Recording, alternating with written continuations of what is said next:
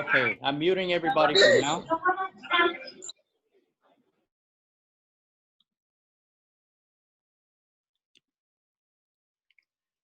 Okay, Connie, we're starting. Start. Okay, thank you. Okay, welcome to everybody. This is, I guess, our first international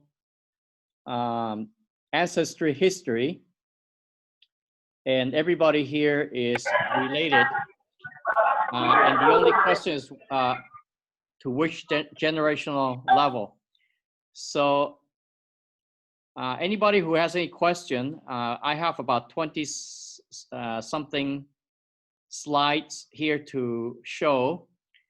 And I am trying to connect all the lineage all the way up to the Yellow Emperor.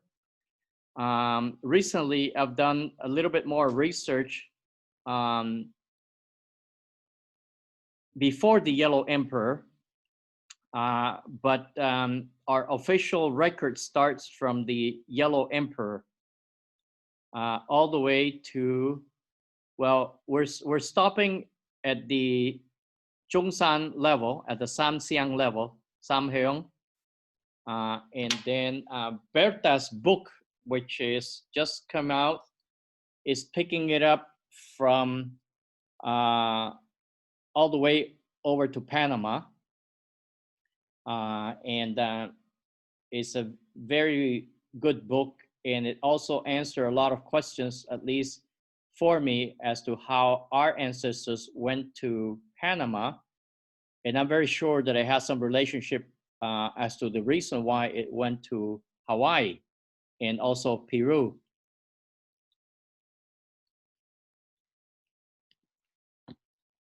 Okay, so in summary, I wanted to pose some answers as to how we arrived to Zhongshan.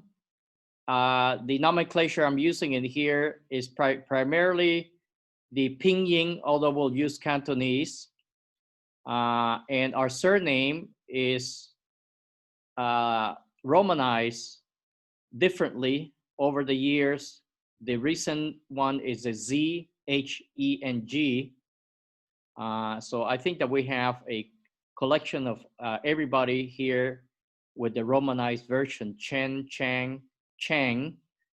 In Malaysia would be T-A-Y or T-A-J. And so how we arrived to Samheung and the fact that we are descendants of the royal house of Zhou during the Zhou dynasty. So as I mentioned to everybody, if any of your friends or spouses or boyfriends, girlfriends ask you why your character and your personality is so strong, all you have to tell me is because you are from royal blood. You are prince and princess. In this case, we're all dukes and duchess. And also the other common thing that we all should have, including Johnny here, is a double toenail in our pinkies. I'm very sure that everybody like me tried to remove it at one point in time, and it's both very painful and also very useless to remove because it comes back again. So that is one DNA portion from that. But we are descendants of the Zhou dynasty. In fact, we have some members of the Eng family, the Wu family. The Wu family is also a descendant of the Zhou family, Johnny. So our grandparents are related. I also believe that I have here my fellow music band leader, Danny Lee. Is Danny here? Danny is from the Shenzhen area. His parents are. Okay, we have one more coming. That's Maria Esther. sound Spanish. But can you hear me? Okay, I'm gonna mute everybody again. But, but, And Trudy's but Silo, can you coming hear me? in.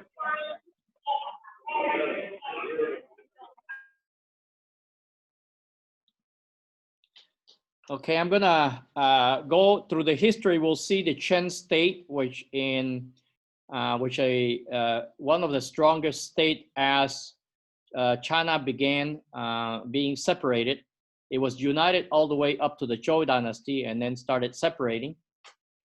And then how the family left from the Zheng state and spread out through China. And then around the 1600s, it then starts spreading out outside of China.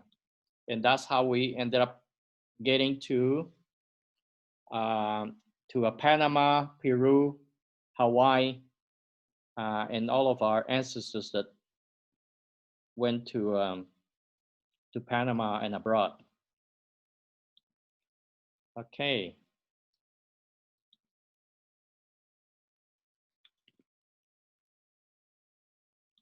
Okay, Connie, I'm getting warmed up in here as we are admitting a few people. I think I should have passed this exercise to somebody, but we'll continue.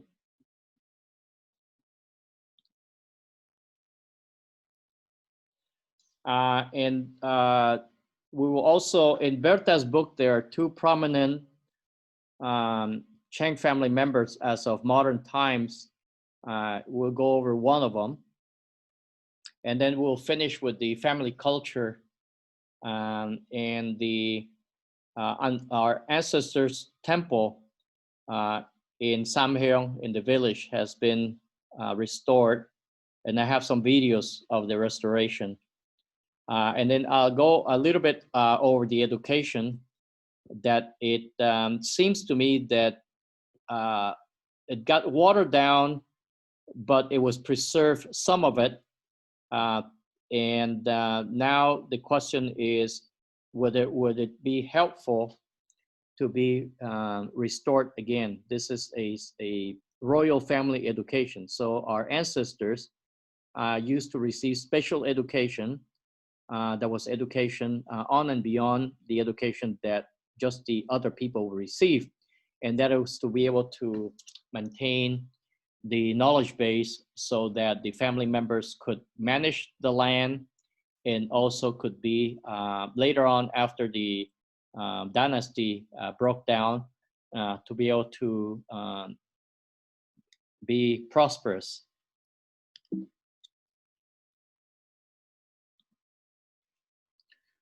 Okay, so here I'm trying to show the lineage of continuity starting from the times before the Chinese civilization and starting with the Yellow Emperor.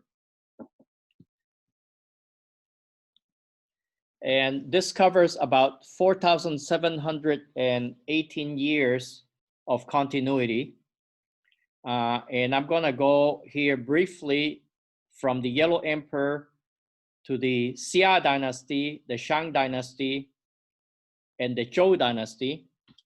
And then I decided to put a timeline here where Jesus was born, 1 AD, which is about the time of the Han dynasty. And so China was not only civilized, but also united, starting from the Yellow Emperor. Prior to the Yellow Emperor, it was people in China, but they were mostly a nomad society. And then from the Yellow Emperor through several dynasties, all the way to the end of the Zhou dynasty, China remained united under one leadership. And then during the end of the Zhou dynasty, it broke down. And so China became many states, of which the first major state was our family state, which was the Chen state. And subsequently, it broke down into 7 other states and many other small states until the Qin Emperor reunited China into one. And in fact, the spelling for QIN in the old days was CHIN. And the name of China with an A, CHINA, came from the times of the Qin emperors after he reunited China. And in the bottom, I'm showing some of the timeline with respect to Europe and America, sort of what was happening at the same time.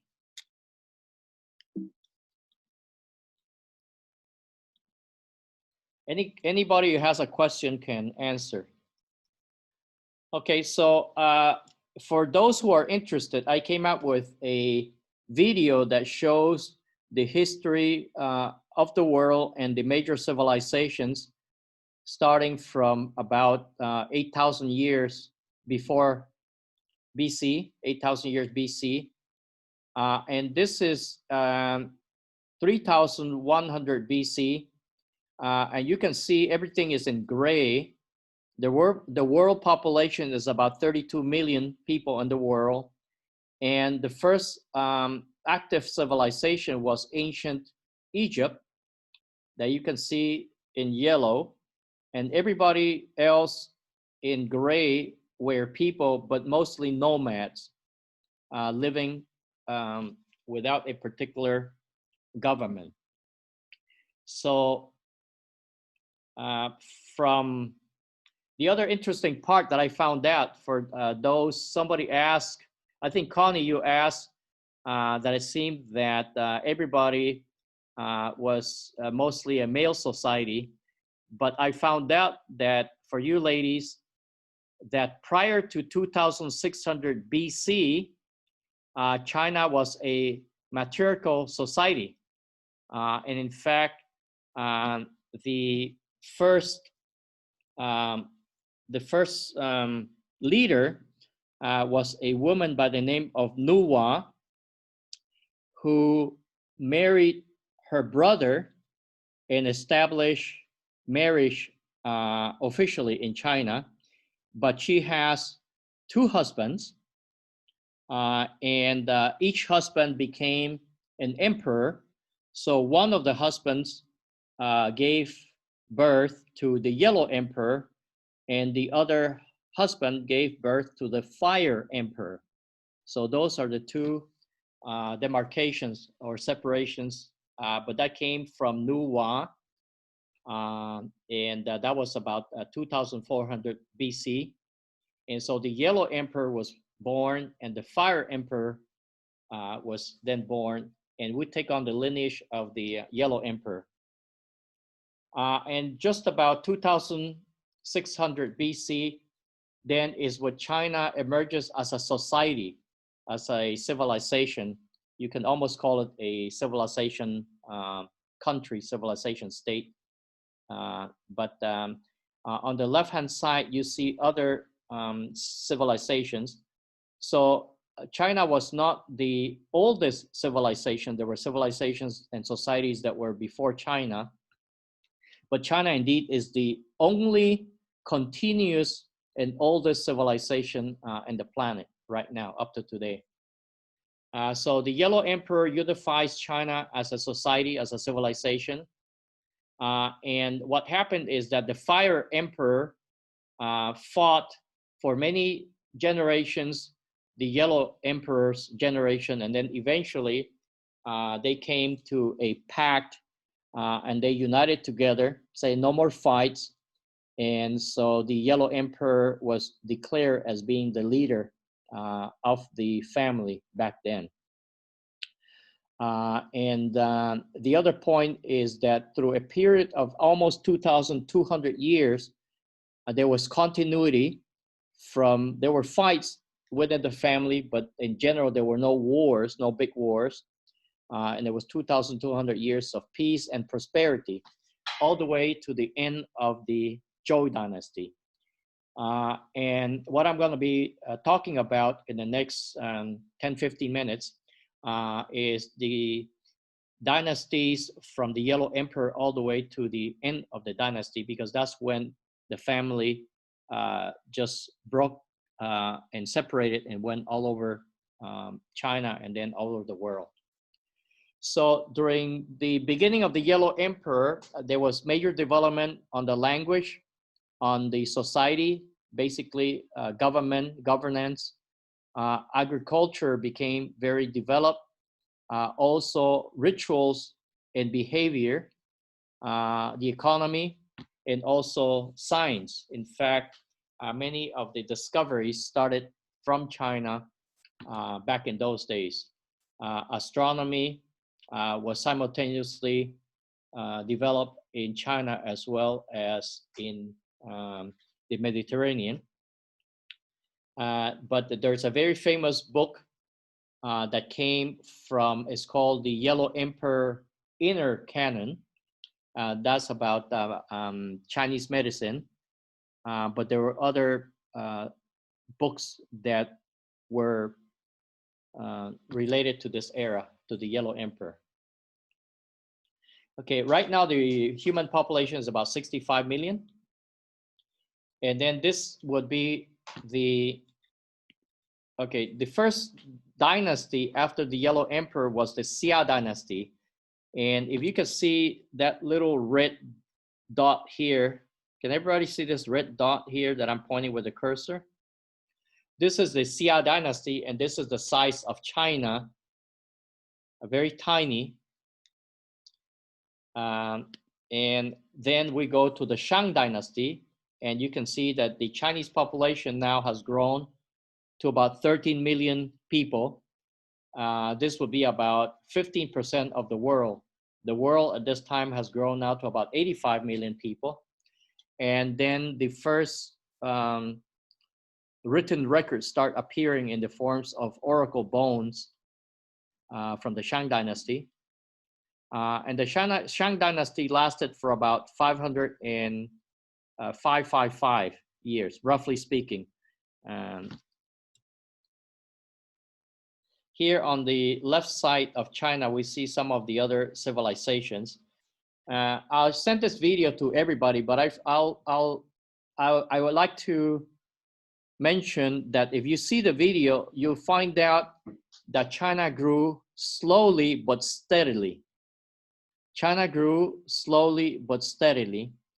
And on the left side, many other Occidental civilizations started earlier than China, developed faster than China, but for some reason, they also disappeared and they disintegrated, whereas China did not. China grew steadily, step by step, if you will. And then that's why we end up with a continuous civilization, whereas all other civilizations disintegrated. And the only ones that remained being older civilizations, along with China, were India. Egypt became a new civilization. The old one disappeared and the new one came back in the same area. And then we have also the Jewish civilization, but the Jewish civilization, different than China, did not have a geography, did not have a land until recent times. And here we go to our family's beginning history with the Zhou dynasty. That starts about 1046 BC. Now the world population is about 113 million people. And the Zhou dynasty in China has about 26% of the population, 30 million people. In fact, the Zhou dynasty ended up being the longest dynasty in the history of China, almost 800 years. I think it's 798 years, if you do the count. That led me to ask what and why was the Zhou dynasty so long lasting? And recent times, probably in the last, thanks to COVID, that allowed me to do a lot more research. I did find a lot of the code of conducts and a lot of the books and the teachings, and it had to do with a very rigorous and disciplined level of teachings that the Zhou royal members went into but also there was another tier of teaching which went to the people in the government of the Zhou dynasty, not necessarily family members, but officials. So you had a family teachings, and you have teachings and education for other people, but not for the general public.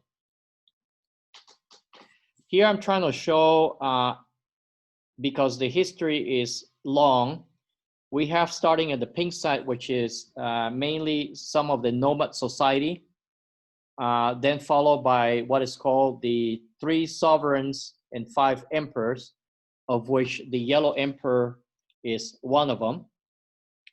And then the more formalized dynasty, which was the Xia dynasty, followed by the Zheng dynasty, and followed by our Zhou dynasty. And then after the Zhou dynasty, you actually start seeing a lot of dynasties in quantities. So in general, China has 13 what I call macro dynasties, spanning over 4,600 years. And the dynasty eras ended with the forming of the Republic of China in 1911. The first president was Sun Yat-sen. That also gave an average time per dynasty of about 75 years. Although some of the earlier dynasties, like the Shang dynasty, had 500 years, the Han dynasty had 400 years, the Zhou dynasty has the longest, which is 800 years. So our family, luckily, comes from a generation of dynasty that is the longest. But 75 years is an interesting year because that gives everybody a sense for what is the average length of a dynasty.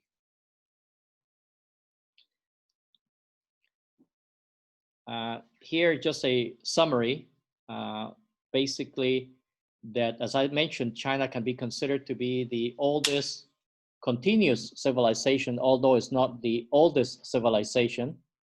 And there were other civilizations like the Assyrian, old Greece, Afghan, Egypt, and many of them don't exist today anymore.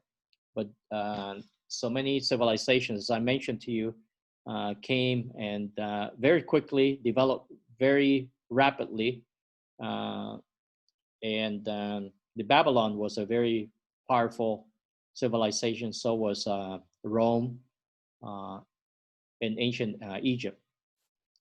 But as I mentioned, for some reason, China developed steadily and continuously.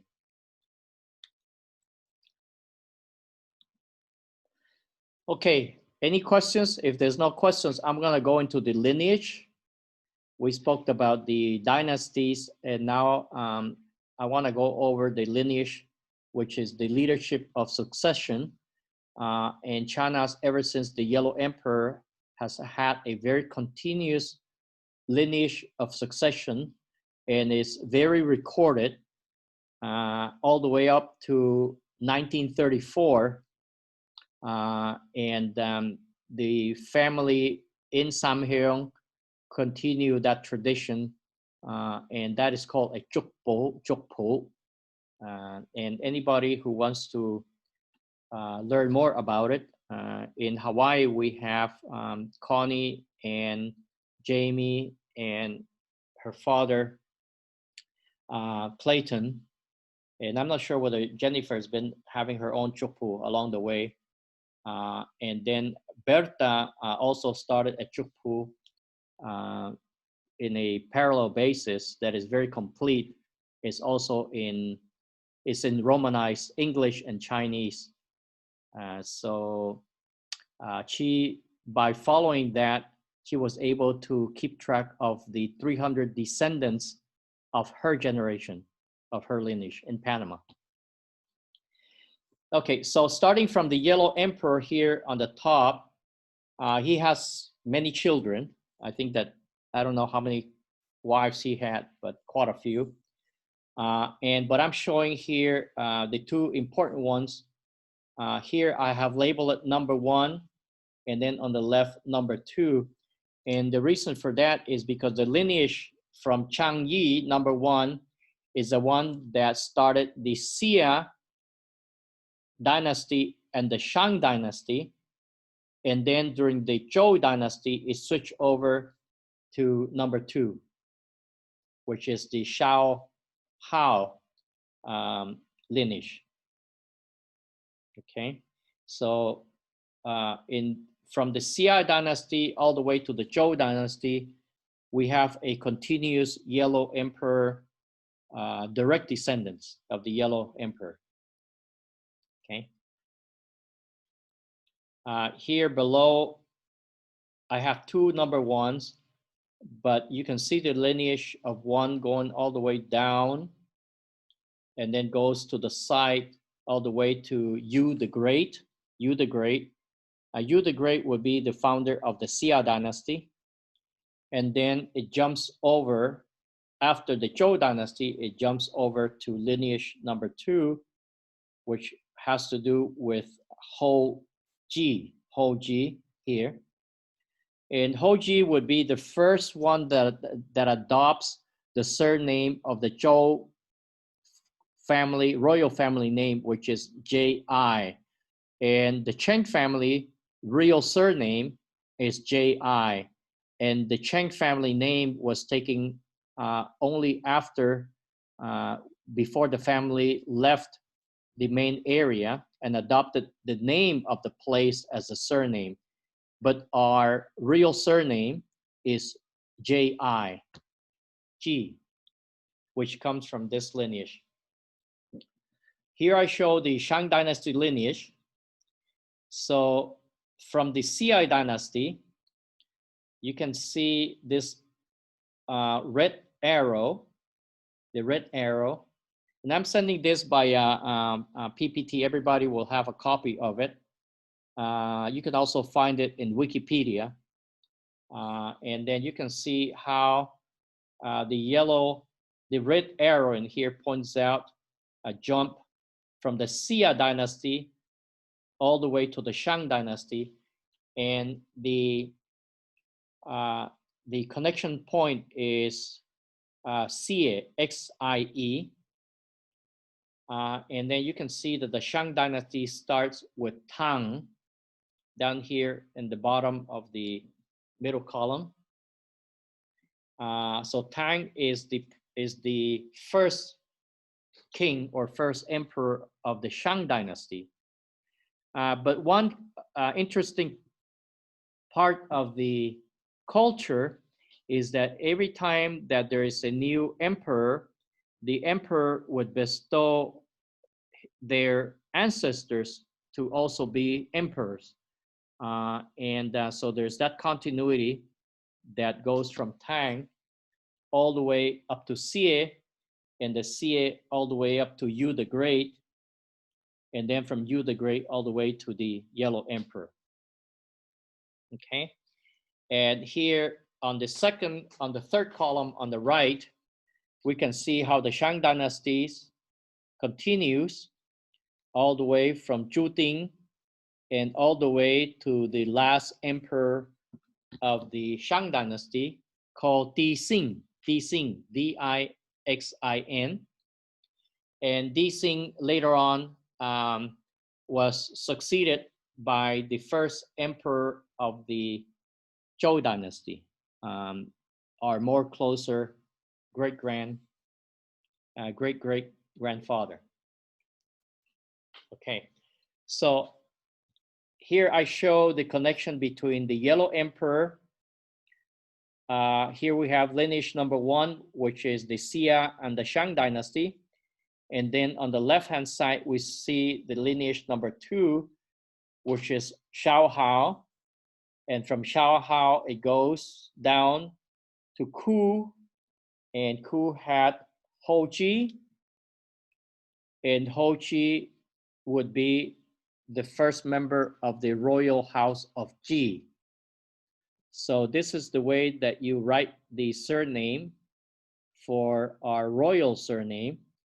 So now I would mention that people ask you why that you didn't use the G name before, is because the G surname is only used within the family, and the royal subject, commoners were not supposed to call you by your surname G. It's kind of like a sacred surname. So that's how I would explain why I didn't bring, or you didn't bring, the surname G until recently. Okay, so that's a little bit of our that. Uh, Johnny, this is also the surname of the Wu family. If anybody has NG as great grandfathers, it also comes from the house of G. One thing I would like to mention is that although there are many offsprings from the house of G, as time went by, the family members that stayed with the royal house lived in the imperial palace, but along the way, somewhere along the way, because land was given to other families so that they can actually have their own living standards taken care of. But everybody who stayed in the government managing affairs for the country would stay in the imperial palace, and they would not be separated from the family. They all lived together in the same compound. And they would remain with the surname G. Some of them that would get their own land eventually, they would then spring off to have their own surnames. Another thing I want to let everybody know, that to my findings, in the old days, people did not have surnames. So surnames was only given to royalties and members of the royal family. And most people, ordinary people, commoners, citizens, do not have a surname, and many of them don't have a name either. So they will pick up a custom. That's why you have a lot of names that start with flowers or with objects and so forth. So surnames was a privilege of the royal house, and the royal house surname was not to be mentioned to the outside world. So that was part of the culture and part of the custom. So in any event, here we have the royal family that starts with the first emperor of the, or first king of the Zhou dynasty down here, which is King Wen of Zhou. King Wen of Zhou. And another thing is I want to share with everybody, when you Romanize the name, English or Spanish, you would read it backwards from the way that it's written in Chinese. So you would start with the title first, followed by the surname, or the name, actually the name, the royal name, and then followed by the state, by the location or the dynasty. So in this case, it will be the King Wen of Zhou. So his title will be a king, and then his name, the royal name known by everybody, would be Wen, but he has a family name, his birth name, but it's not written in there. He's known as King Wen of Zhou because he is from the region of Zhou. So later on, you're going to see that when the dynasty starts breaking down and there's many, many other states, you could still have the king of Huan of Qi, which Qi would be another state, and that would be something that would be used in a regular basis. So it would be very common to find somebody with the same name. It could be the king of Qin, but it would be of the state of Wei, or it could be the Duke of Huan, which is the case of our ancestors. And so there will be a Huan in different states. So don't get confused. So that's why it's very important that you have the Duke of Huan, but from which state, And that person may not be the same person as our Duke Huan of our family of the Chen. So Duke Huan of Cheng is our ancestors, but Duke Huan of Qi or Duke Huan of Qing, or it could be a Duke Huan of Wu, that's a different person. Okay, so here we have the Zhou dynasty. And one of the things that the Zhou dynasty is known for is that they created the concept of the mandate of heaven, meaning that you would be the leader of your country up until you lose that mandate of heaven. The mandate of heaven is based on the fact that the leader is supposed to be a very knowledgeable, very powerful person, a person who's able to command a large number of people. In this case, the Zhao dynasty, you're already dealing with millions of people, tens of millions, hundreds, 30, 40 million people. And so the mandate of heaven basically, in a more simplistic basis, says that if you're able to handle so many people, keep everybody well fed, keep everybody at peace, then you can remain being the leader. If you lose that ability, you have lost the mandate of heaven, then that gives the right to anybody to take you down and to put somebody more virtuous, more righteous, more able, more capable. So that mandate of heaven was created during the Zhao dynasty. In a way, the Zhou, being from a different lineage, not from the Shang and the Xia lineage, had to justify why they were taking over the dynasty. And the reason was because the last emperor of the Shang dynasty became very corrupt. He did not attend to the affairs of the country, of the society. The society went into turmoil. A lot of people suffered, and there was a lot of crime. And then came the first king, first emperor, King Wen, and then he took over the Shang dynasty, and there was a big battle, and the Shang dynasty came to an end, starting the Zhou dynasty. And so the story goes is that King Wen started the revolution, if you will, and his son, King Wu, completed the revolution. So here you see in the middle column, King Wu continuing the succession of his father, King Wen. And that went all the way to the right column. I couldn't fit it well, so we put it into 3 columns. And that went all the way to the King Xuan here, which would be the 11th king of the Zhou dynasty. In those days, a king would be an emperor. The emperor started at the beginning and then became king as a title. And then in the Qing dynasty, when everything was consolidated again, then the title of emperorship was brought back again. But during that period, during the Zhao dynasty, it would be the king would be the head of the dynasty, of the Zhou dynasty. So King Xuan was the 11th king of the Zhou dynasty, and his son was King Yu.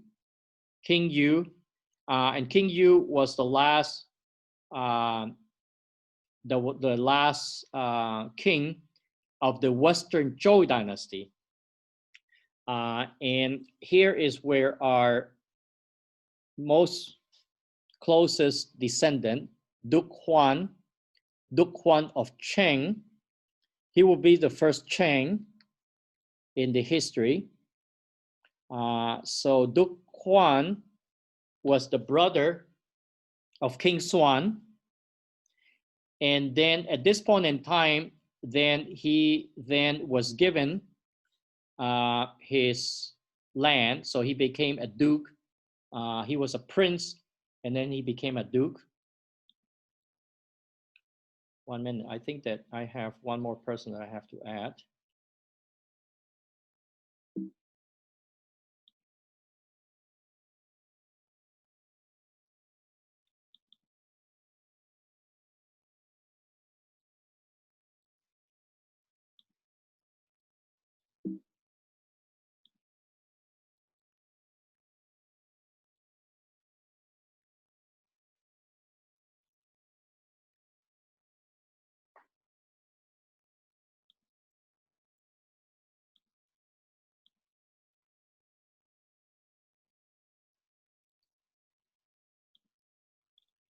Okay, here we have Yvette joining us from the US.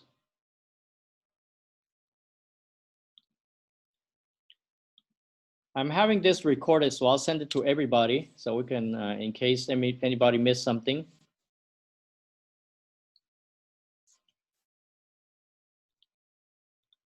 Connie, can you confirm that I'm going back into the slide mode? Are you seeing the slide again, Connie? Yes, I see the slides now. Okay, thank In you. slide mode. Okay, is any question, anybody has any question? I've gone nonstop here. I want to make sure that I can answer everybody's question, or if I'm not, if anybody is getting lost here, please raise your hand and ask a question. Okay, so so far we are in the Zhou dynasty, where the royal surname is Ji, and the first leader of the Zhou dynasty, the first king of the Zhou dynasty, is King Wen. And then through a series of succession, all the way to the third right-hand column, we see in the bottom King Xuan. And King Xuan was the king, and then Prince, his brother, took the name of Duke Huan. So it's very customary in Chinese tradition that when you're giving a new title, or when you have, when you marry, or when you go to school, that you're given another name. So you may have a school name, and then you may have a married name, and then you would have your birth name. So in this case, Duke Huan of Chen was given a territory called the Chen land. Later on became the Chen state. And then, so he would then be called as his second name. He became a duke. So when you leave the imperial palace, then you become a duke, and you're given a land, and that land is what you use to be able to take care of your own people. And so Duke Huan of Cheng was a prince, or is a prince, and then became a duke of the land of Cheng. And that occurred about 806 BC. And so he would be the first Cheng in the history of our ancestry. So he would be our first generation Cheng. I believe that I am the 89th generation. I know that Connie and Clayton are also 26th generation. Eva would be, his father was 26th generation. And so,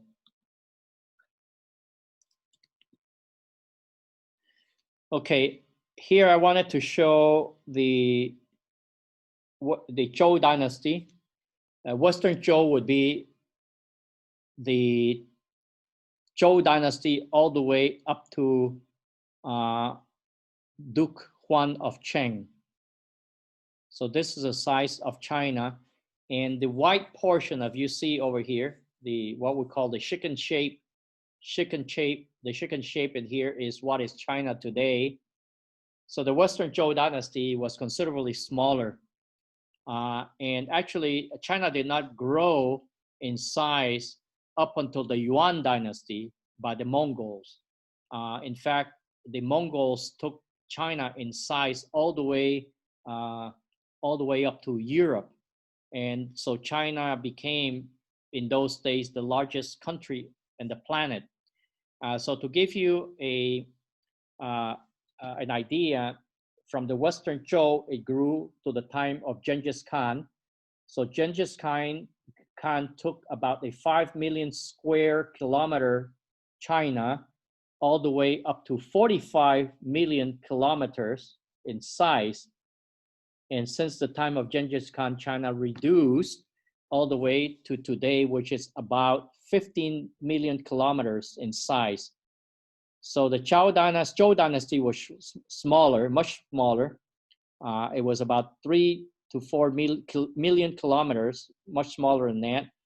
And then China grew all the way through the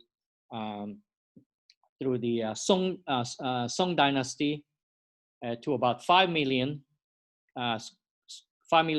square kilometers. And Genghis Khan took it from 5 million to 45 million square kilometers. And then since the time of Genghis Khan, it started reducing all the way to today, which is about 15 square kilometers. So here's the Zhou dynasty compared to China today. Here is the royal capital of the Zhou dynasty, which is it was in Xi'an. It was in Xi'an. And after the Zhou dynasty, just before the end of the Zhou dynasty, our family land was moved to Zhengzhou, which present day is here in red, Zhengzhou. So the family used to live, everybody together in the imperial palace. Then later on, it was given a land next to the imperial palace, so that we could take care of any potential attack. And so the family members were normally to come to the rescue in case there was anybody attacking the capital.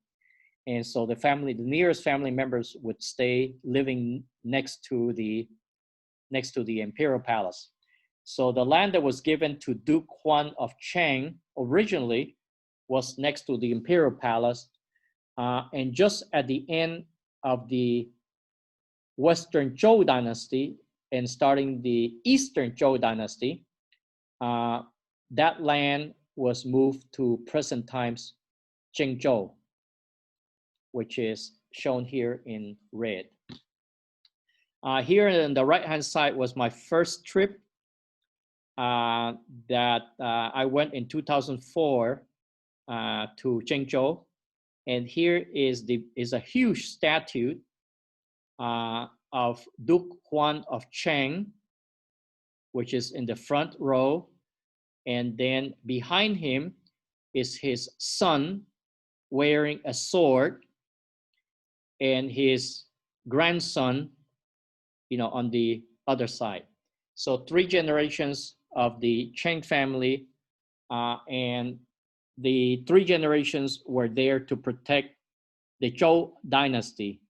So one point that I wanted to point out now is that, to my knowledge, the Zheng family rescued 2 dynasties from extinction. At this point in time, I want to go back to this slide. Duke Huan protected King Zhou, and King Zhou did something that was not so kosher. He ignored the rules of conduct. He almost lost the mandate of heaven. He basically got himself into too much entertainment, like they say, too much booze, too many women, and he ignored his job. So he would not attend a lot of the he didn't go to office, he didn't go to work as a king. And so then he did something dishonorable, which was that he didn't pay attention to his official wife, the queen. And the official wife, the queen's father, got very upset and created a revolt. And in that revolt, it basically ransacked the city, the capital. And in that rescue, Duke Huan of Zheng came to the rescue, but unfortunately, he was killed along with King Yu. But the fact of the matter is that in this case, Duke Huan, being the closest family, would, knowing that he was going to be killed, he still went there to try to save the dynasty. Then his son, King Wu, Duke Wu came to the rescue and eliminated the revolt and restored back the Zhou dynasty. So this is the first time where the family member of the Zheng rescued the Zhou dynasty. Otherwise, the Zhou dynasty would have been cut in half. It only would have lasted 400 years, where indeed it lasted another 400 years for a total of 800 years. The second person that did that was during the Ming dynasty, Zheng Shengong, which I have a brief of that, is also written up a little bit more in Bertha's book. Zheng Shengong also in the same situation. The Ming dynasty came to an end. The emperor was killed, and then Zheng Shengong came to the rescue and took down the revolt, killed the rebels, and reinstated back the emperor of the Ming dynasty. Otherwise, the Ming dynasty would have been gotten shortened by another 80 years. Okay, this is a celebration that I want to make sure everybody knows about. It's been consistently held every year for all of the family members to come back to the homeland.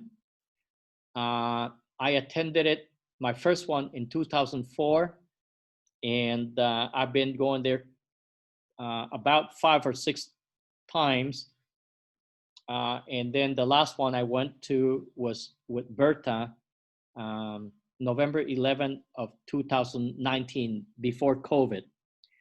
In fact, with COVID or no COVID, this year they had a celebration.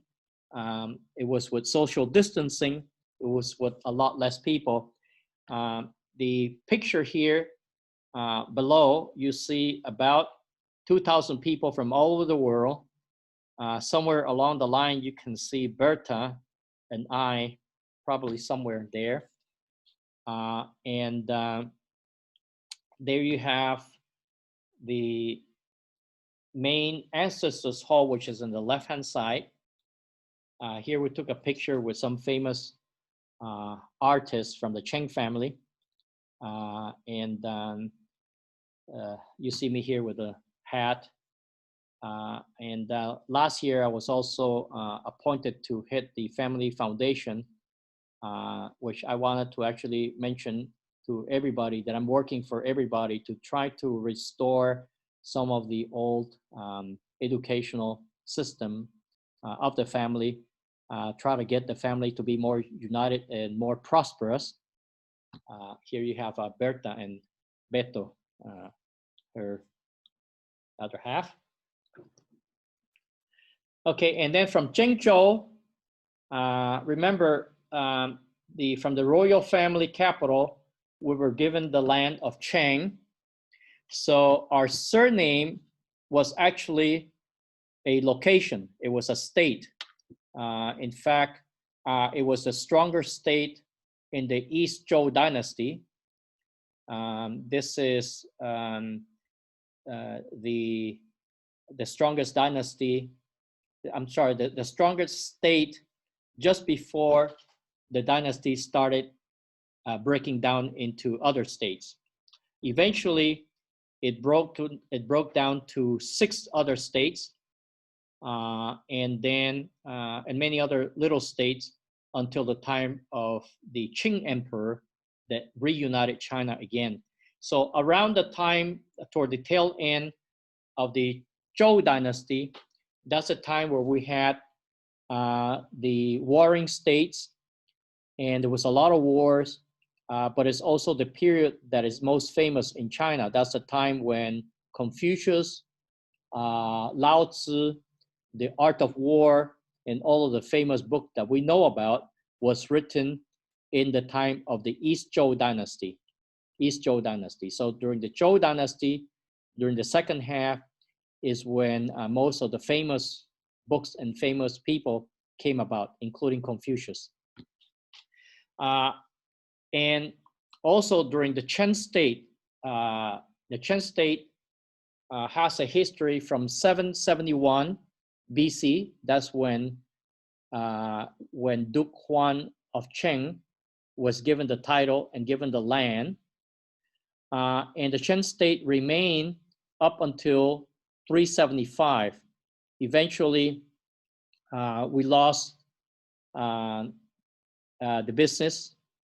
And then because the Chen state was in the middle of many other bigger states, eventually it came to under severe attack. And in 375, the family had to leave the Zheng state, and that's the first migration of the family. But within that time frame, the Chen state created the first code of law in China, and as I mentioned, was the strongest of all states during the East Zhou dynasty. And then the first leader of the clan was Duke Huan of Zheng, and he reigned from 806 all the way to 771 BC. Here I have the several Romanized spelling of the surname, but I want to make clear that no matter how you spell it in English or Spanish or any other Romance language or not, it is only one Chinese character, which is this Chinese character. This is the simplified version of the Chang, and the prior version of it is the one that I showed at the beginning. I'll show it at the end as well. And Duke Huan of Zheng was the first Cheng family member. And there has been many generations since then, all the way up to the family that, as I mentioned, when the Cheng family, oops, somebody else came in.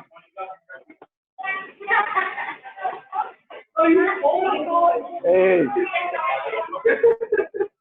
One second.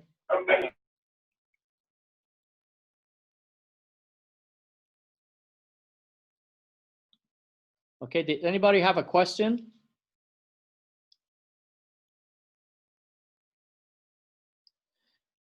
Okay, so after about, as I mentioned, after the Chen state broke down, it was attacked in 375. Then the family, the royal family, well, the Duke families at that time had to flee, and that was the time when a new surname was adopted, because the people who attacked the Chen state at that time was going after everybody that had a G surname.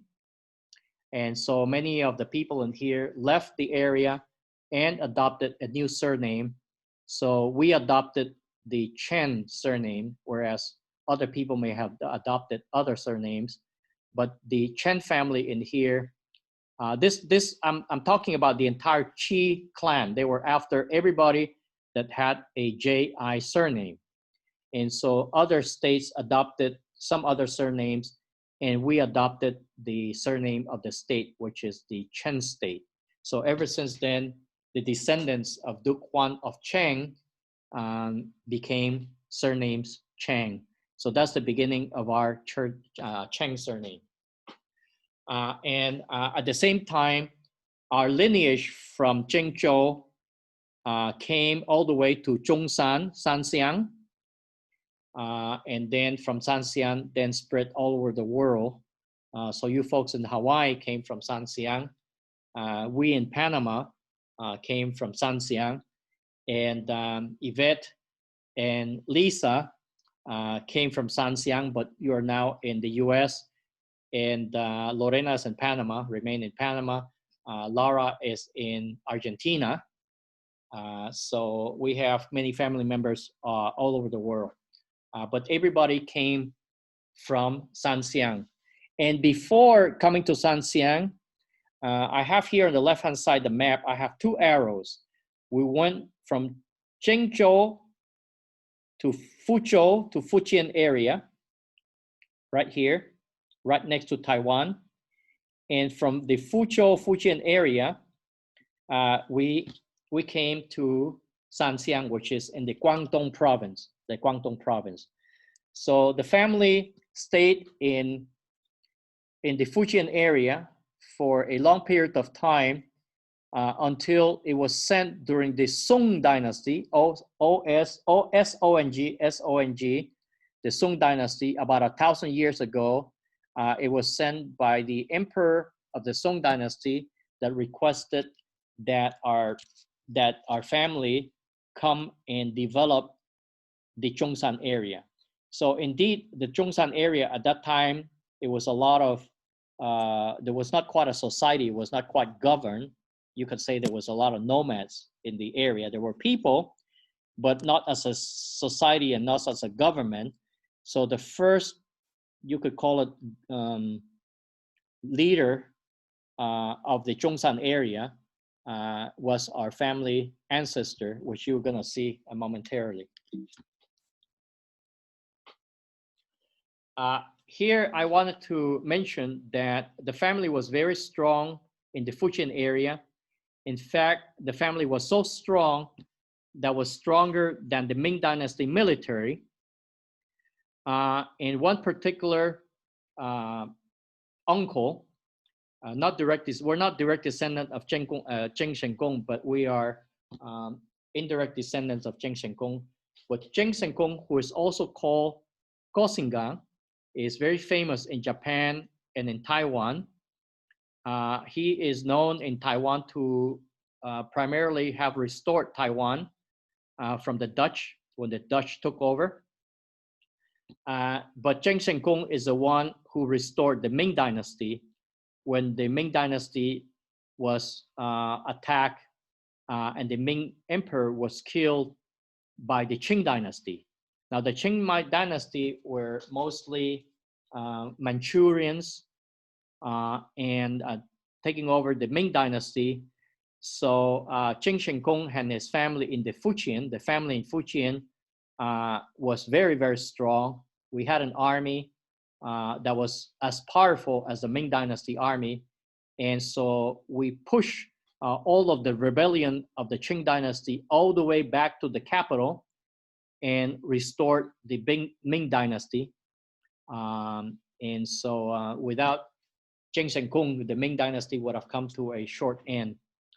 Finally, Zheng Shenkong, in trying to prevent further attacks, he went to Taiwan to use Taiwan as a strategic place to go against the Qing Dynasty. And then in the process of doing that, it destroyed the Dutch establishment. Basically, he eventually created his own kingdom. So he would be the first and only king after the Duke of Huan. And the kingdom of Taiwan, if you want to call it that way, it was the kingdom of Dongning between 1661 and 1683. Zheng Shenkong died early. He died, I believe, at 37 years of age out of malaria. But for all of that, he not only reestablished the Ming Dynasty, he also rescued Taiwan to return it to China. And I should also mention, because Taiwan was the strongest economy for the Dutch Empire, after destroying the Dutch establishment in Taiwan, it affected severely the Dutch economy. And then all of the remaining Asian outposts of the Dutch Empire in Asia came down, and that basically brought down the entire economy of the Dutch Empire and created the collapse of the Dutch Empire. So for some of us here that are a little bit kind of like we feel that we have blue blood, I always like to tell people that we also destroyed the Dutch Empire. Indirectly, we did. So from Fujian province, we came all the way here to the Zhongshan area. And I mentioned to you that during the Song Dynasty, our great-great-great-grandfather was sent by imperial edict from Fujian because the family was very strong in Fujian. And so the Song Dynasty requested that our ancestors would come to develop the area of Zhongshan. I should mention, those of you, the name Zhongshan came from Sun Zhongshan, which is the name of Dr. Sun Yat-sen. Dr. Sun Yat-sen was born in our city, and he was protected also by many Zheng family members who later on, when Dr. Sun Yat-sen went to Hawaii, for all of you in Hawaii, you would know very well that the Chen family helped Dr. Sun Yat-sen, who went to Hawaii and raised a lot of funds in Hawaii. I have a page of 38 signature names of the revolutionary group that Sun Yat-sen formed in Honolulu, in Hawaii. I believe it was maybe in Maui, somewhere in Hawaii. And out of the 38 names, 10 names were Chen family surnames. So clearly 1/4 of the entire first revolutionary group in here donated and sacrificed a lot for the revolution. And so Sun Zhongshan, you can see why the Chen family would help Sun Zhongshan, because the area in here was mainly the area that our ancestors was asked to develop. Here I have the lineage starting from the first emperor on the left-hand side, all the way down to the Duke Huan. No, I'm sorry. Here we have the Duke Huan of Zheng. Duke Huan of Zheng here on the left side. He will be the first Zheng, all the way down to the first Zheng that came to the Sanxiang area, which would be our most closest direct descendant.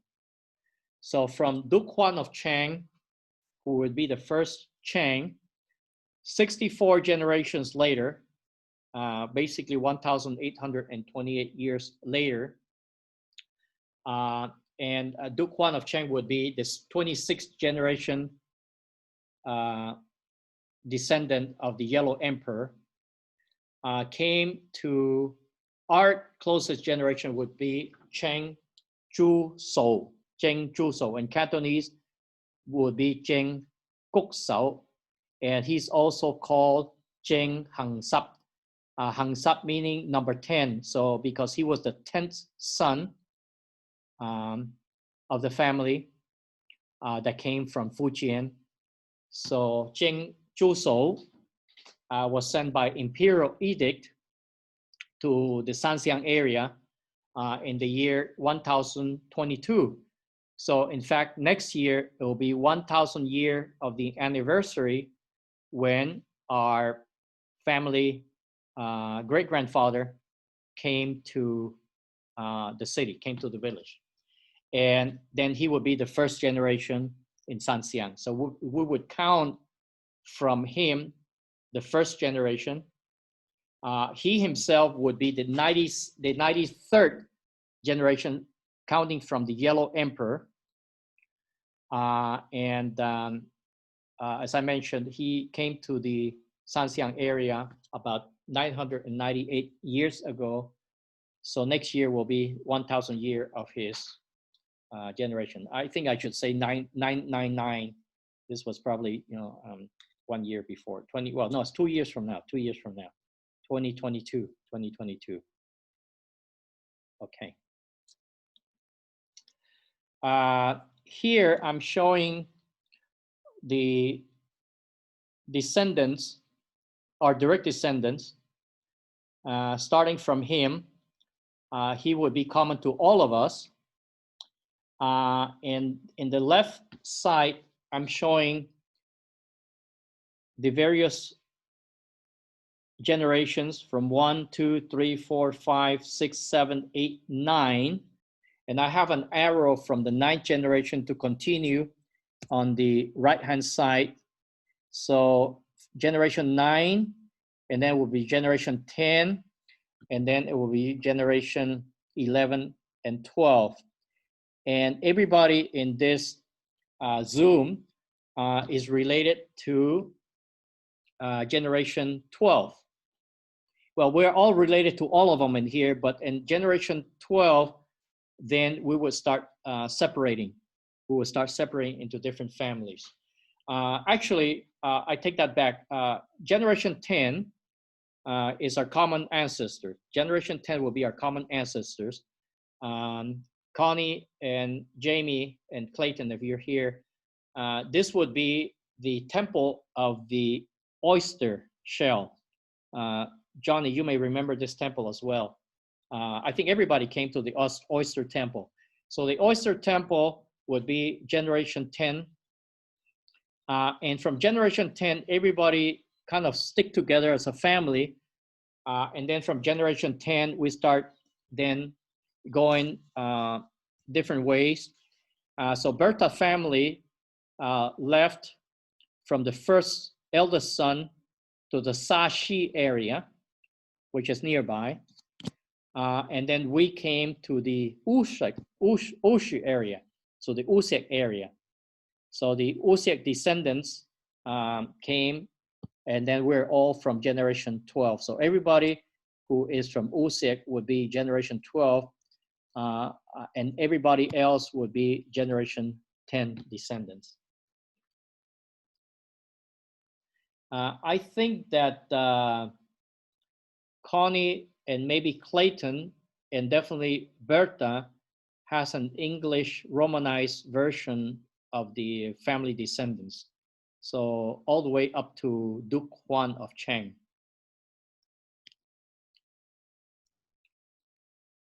So as a repeat, everybody has the generation 10 ancestor. His name would be Zheng Qiusai. And as I wanted to mention to you, the Chinese character has the character Gong. The character Gong means duke. So this is written as Qiusai Gong. Qiusai Gong would be the name that is pronounced in Chinese. So Zheng Qiusai would be the surname followed by his name. His name was Qiusai. And he would also have other adopted names, when he went to school and maybe when he get married, but he is known as Zheng Qiusai. And then the Gong is to signify that he's a duke. So you would read it as Duke Qiusai. So the Gong would go in the back, and everybody in the ancestors book, you will see it as being referred to as a duke. From the 10th generation, it comes closer to Anjing. So that will be Zheng Anjing. So Duke Anjing or Anjing Gong. He will be the first one coming into the Wuxi town. Wuxi, we call it Usiek in Cantonese. So he will be the first generation of Usiek. Another thing I want to point out is that the dominance of the Chen family throughout Sanxiang and in Zhongshan, in the Zhongshan area, remains. And in those days, different people that would come into town from different families, the ones that were most prosperous and could afford to, they would seek to marry a Cheng family member. So if you are a male Wu, for example, like my maternal grandfather, he came into town. If he wanted to have a good business, he would like to have some relationship. So undoubtedly, he would like to marry somebody who has a surname Cheng. So therefore, my grandmother on the maternal side is also surname Cheng. So the Wu, my grandfather, maternal grandfather, which I want to use as an example, who was surnamed Wu, came into town and married my grandmother, whose surname is Cheng. And then eventually my mother, which is surnamed Wu, would end up marrying my father, which is surnamed Cheng. So, you know, everybody that in those days would come into town would like to find somebody that has a surname Cheng to be able to have a prosperous business relationship. Question. Yes? Question? Guoxi is from Kyoto. Say that again. Jennifer, is it? Yes. Guoxi, is he from Kyoto? I don't get the name. Okay, because 10th generation, the 10th generation, Yes. is it Guoxi? Yeah. The 10th generation would be Kyusai. Kyusai, Yeah, he's from Kyusai. Kyoto. He lived in Kyoto. That's correct. That's correct. He lived in Kyoto. Okay. Yes. Kyoto was basically in those days, the names, the areas became three cities. But the main city in those days was called Kyoto. Kyoto means at the head of the bridge. At the head of the bridge, there was a bridge there somewhere, and so. But in those days, there was no name for the three villages. In fact, today cannot be called three villages anymore because, to my knowledge, there's 18 cities, 18 villages, 18 towns in the name that is called Sanxiang. So Samheung today is used as a name, but the description of it, it meant to be three villages. So the first village was Kyoto, and then the second village was Usek, and then the third village was Penglam. And today Penglam was split in half because Penglam was the largest land. So now you have Penglam and Pengtung. So the north portion and the south portion are now subdivided into two different towns. And in general, there's about 18 other towns in that area of Samheung today. So you have the name of Samheung, but you also have the meaning of Samheung, which means three villages. So the name Samheung comes from the original names of the three original villages, which was Kyoto, Usek, and Penglam. Penglam, yeah. Oh, so in today's Mandarin, it will be called Qiaotao, Wushi, and Pinglan. So that will be in Mandarin Chinese. Okay. And furthermore, just to have extra information, coming from the 10th generation that lived in Kyoto, and his name was Kyusai. His grandson, his coming from the fourth son. So the grandson coming from the fourth son came into Wusek. So he would be the 12th generation descendant that came, and the first generation coming into Wusek. He will be the first one coming to Wusek. And the first one going into Sashi for Berta would be directly from the 10th generation. So the eldest son of the 10th generation went to Sachi. And Sachi, for all of you to know, are one of the most business-minded of the family. there. So if you want to find some strong business-minded people, you would go to Sachi there. They are,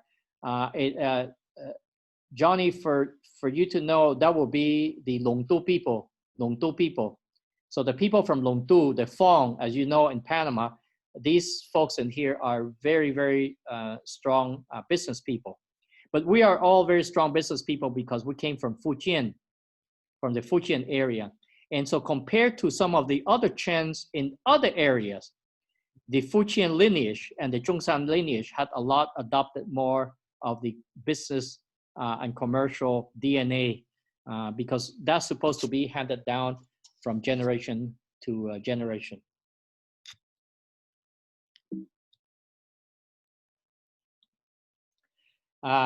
In fact, the lineage remains the leadership in Wushu and Qiutao also. The leadership still remains mostly people from the Chen family. So on the left-hand side, I have the roster of the government of the city of Wushu. And as you can see from the chairman, a party secretary, if you will, Zheng Mao, who some of you know him, all the way down to his peers. Everybody here is surnamed Cheng.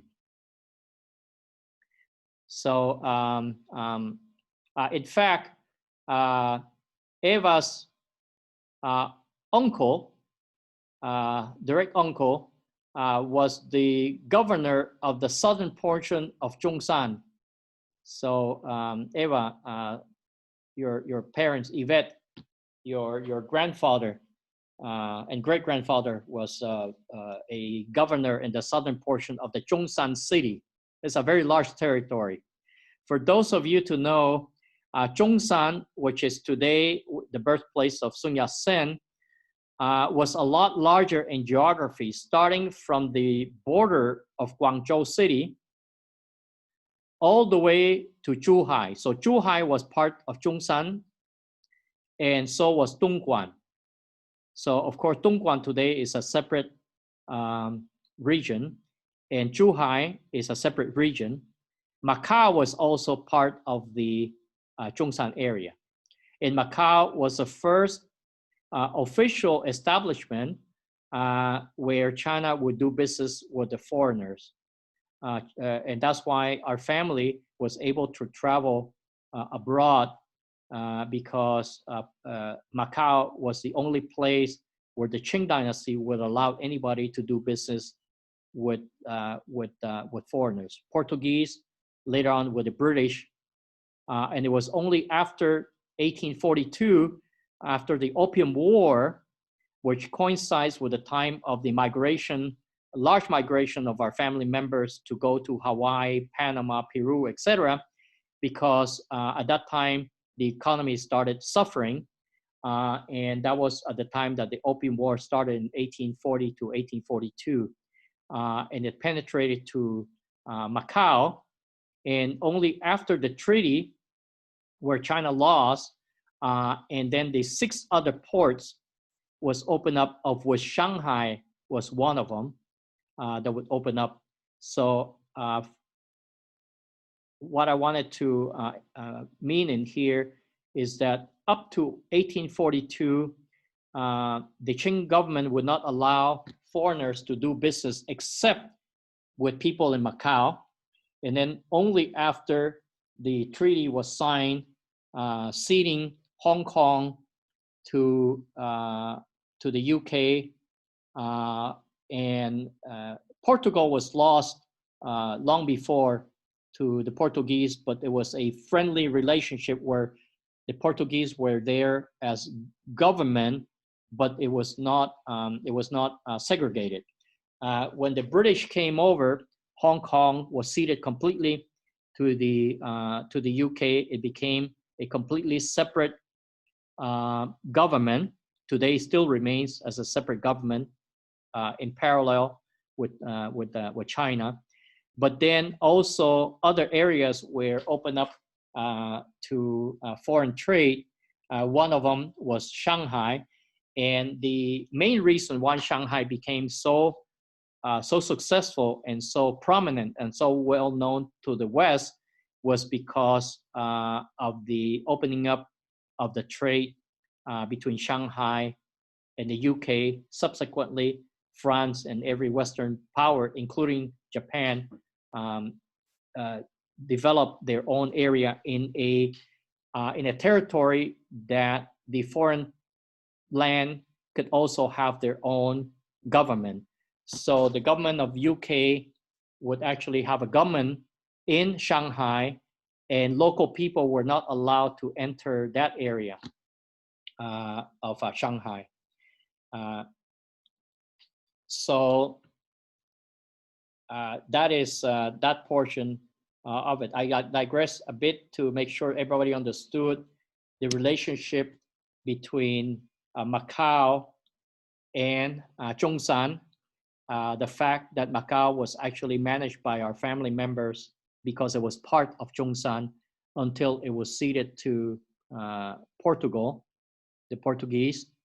And then in recent time, Zhuhai was also separated as a special administration region, special economic region.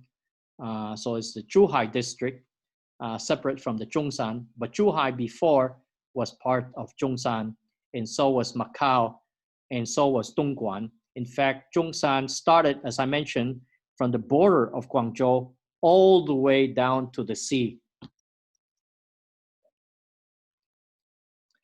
Here on the right-hand side, you can see some family members here with the then party secretary of Samheung. Here we have some more recent ones. I don't believe that Lily and Natalia or the Fernando family is in here, but here on the right-hand side, they came here. This is a picture taken out of the magazine.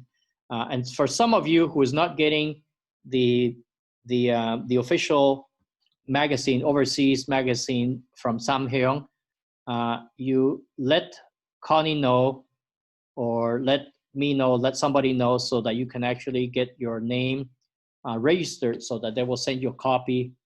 It's in bilingual, it's in English and in Chinese. And so these are some of the photos that came out from the magazine. Okay, so so now I want to go into some of the family culture. I discovered that one of the places that the family remained a lot of the culture was through the ancestors' temple. Now, the ancestors' temple, different than what many people believe, is not a place where you go and you pray. So it's not a religious temple. In fact, it was more like the Jewish synagogue, which is kind of the cultural center, but also they would impart education, and they would impart also where people had celebrations and there were big festivities. There's where the family members would go there to get their share of the food distributed to all families.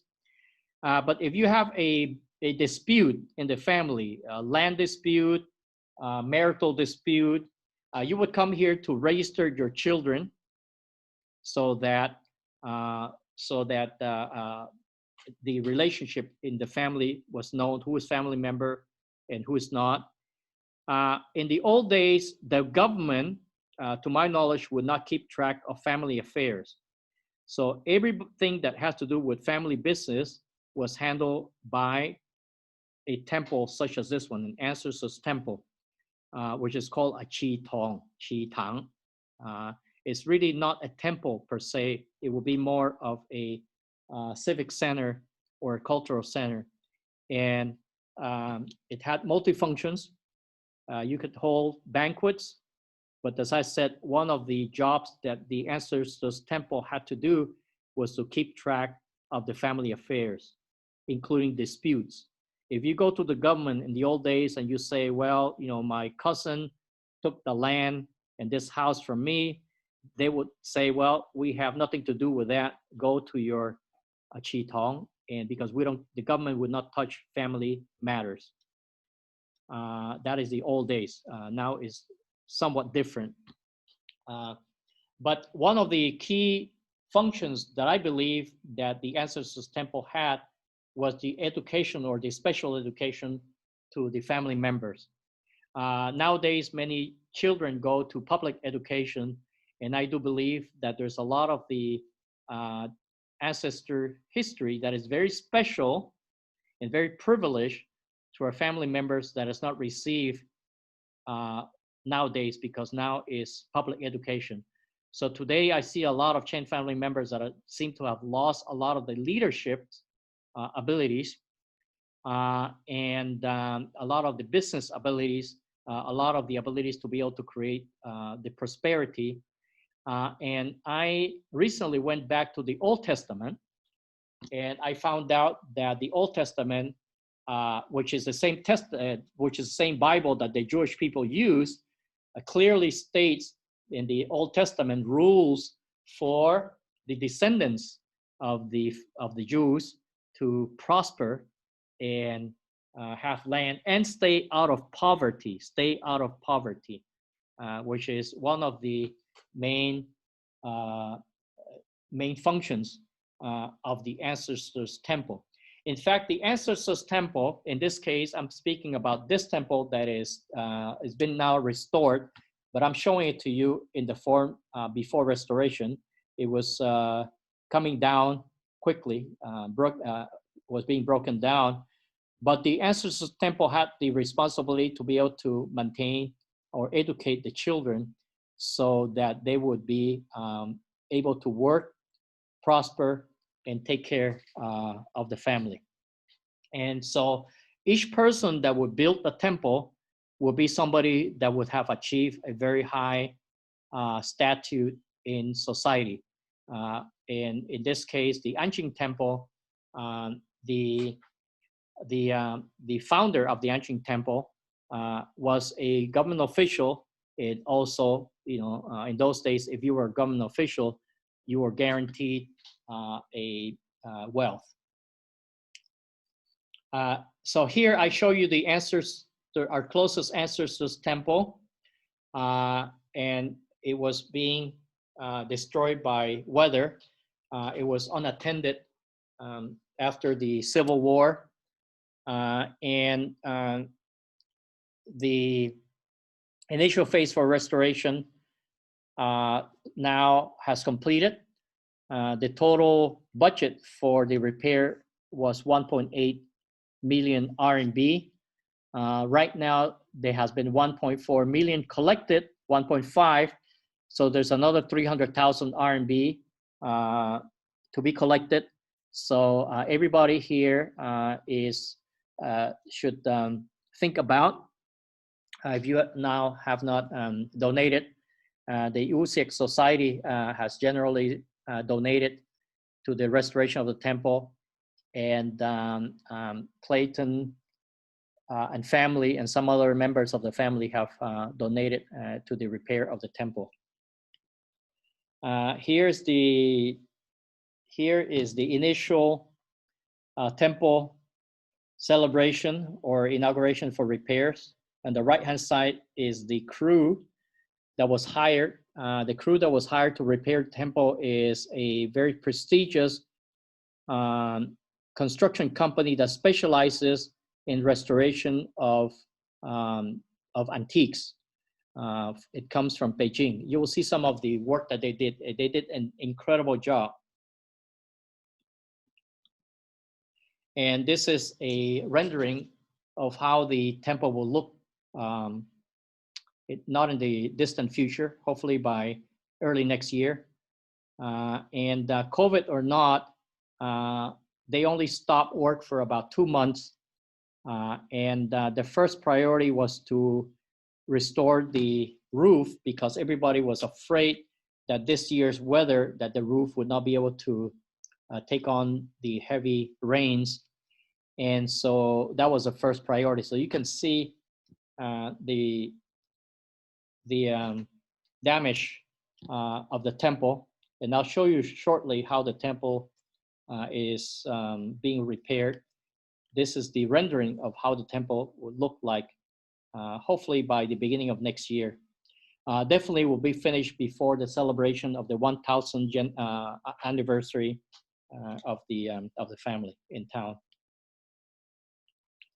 So in summary, as I mentioned, the cultural part of the family, I hope that this Zoom meeting can continue. I'm sending everybody the PPT of this presentation so you can have it with you, and you can get more information in English form from Clayton, Connie, or in Panama from Berta. And just to summarize, the family culture came through the ancestor temple, which provided the education for the family. It was a community center. It was also a place where all family matters were taken care of. I draw a distinction with the synagogues because in my research, I asked myself, how would a culture such as the Jewish culture that did not even have a land was able to keep thousands and thousands of years of culture together? And if it wasn't because of the synagogue. Now, in our family history, we had the land for a long while. We were all in the imperial palace for a long while. Then we have the Zheng state, and we lived there for a long while. Then we ended up separating, and some of the family members remain and retain some of the educational books that were developed during the Zhou dynasty. And I have actually about one of these books, but it's a little bit difficult to decipher. But nevertheless, the difference between the Chinese overall society and the Chen specifically, and drawing a parallel with the Jewish society, we can actually see how their synagogue helped them beyond religion, on the cultural side, to be able to retain their strong culture. And you can see that predominantly most Jewish people in here are very good at wealth management. They're very good in commerce, no matter where they go. So I can see the difference between not having a special education, a financial education, a overall education that is family related. The second portion I wanted to mention is that the Zheng family has always been very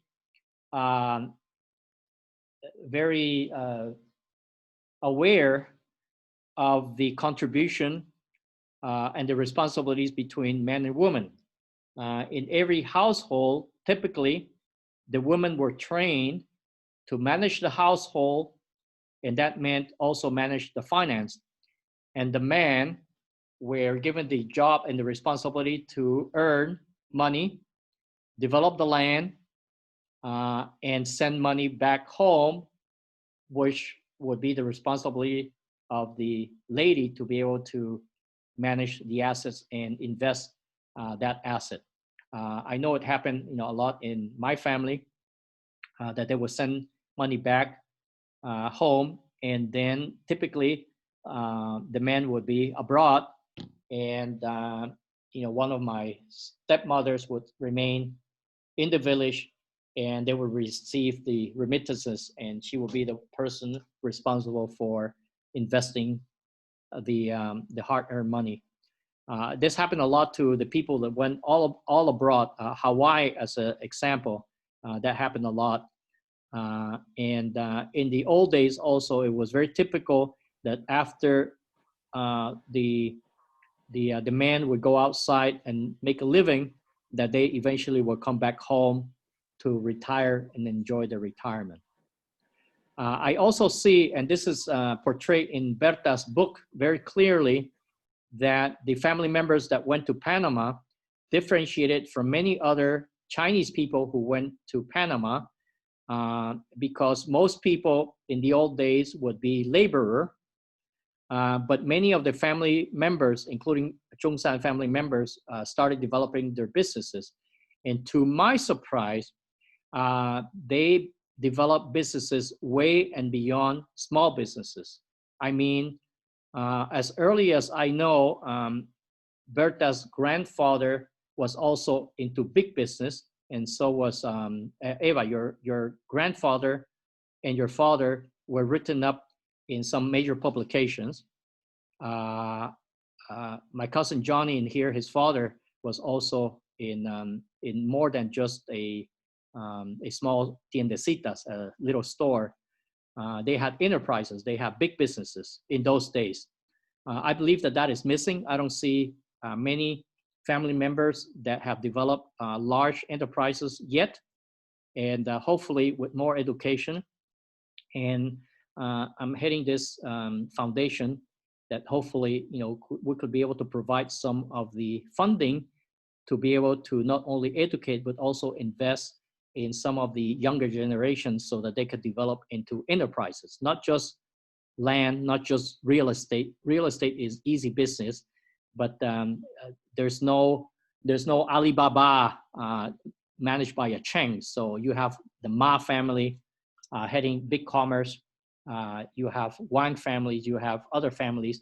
There's a lot of prestigious Zheng families in Hong Kong, but I don't see them outside of the region yet. But it did happen. We had about 2 generations before us that has some very prominent businesses. I know that in Hawaii, you folks had some very, very large and established enterprises by family members. And the last portion about it is about rules and dispute.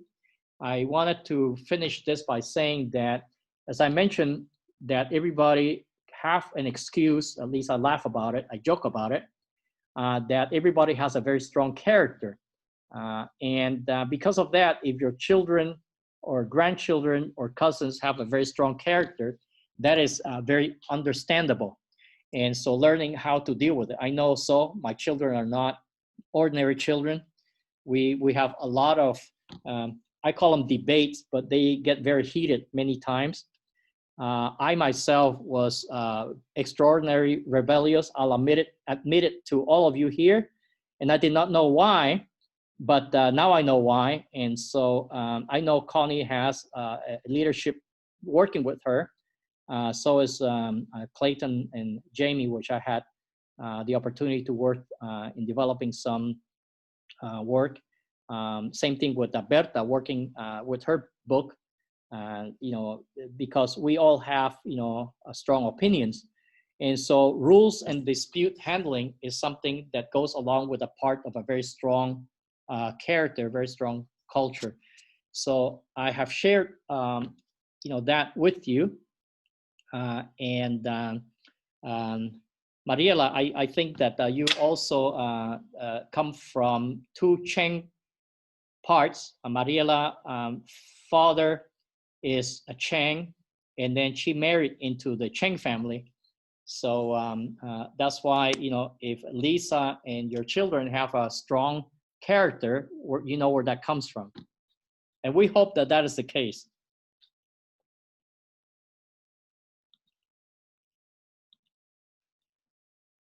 Okay, now I think that is just about 1 hour and 45 minutes. Yolanda is coming here. A little late, but Yolanda, hola.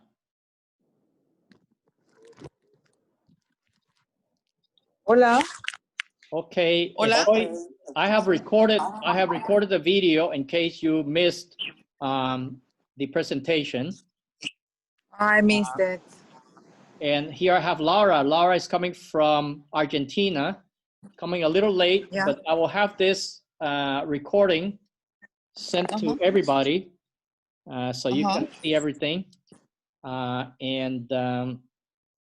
Let's see, I'm going to put everybody on mute and allow everybody to ask questions. Okay. Connie? Yes? I'm turning it over to you. Do you have anything to say? Connie? No, had to absorb a lot of this information. I'm sure all of us will enjoy seeing your presentation again with PowerPoint and the recording. We've heard this once before, but every time you hear it, you absorb more. So we thank you for presenting for us. Yes, and now also because I have I consider to be a right-hand person who is also what I call a detective style, which is Berta. Her book shows an incredible amount of Zheng brain power. For her book, I actually have read many books in here and impressed me a lot, although it's in Spanish. So I believe that it paints a very interesting story as to why Chinese, not only the Chen family, went abroad, what happened to many of them. And so I'm very sure that with the culmination of that book is up to what, 1920, Berta? Well, yes, 1919. 1919, yes, 1919. Yes. Okay. 1852 to 1919, the Okay. first 7 decades. Great. Last year, I published the other book, which had to do with the development of the diplomatic and commercial relations between Panama and China throughout the 19th, the 20th, and the 21st century. That one was up to March 2019.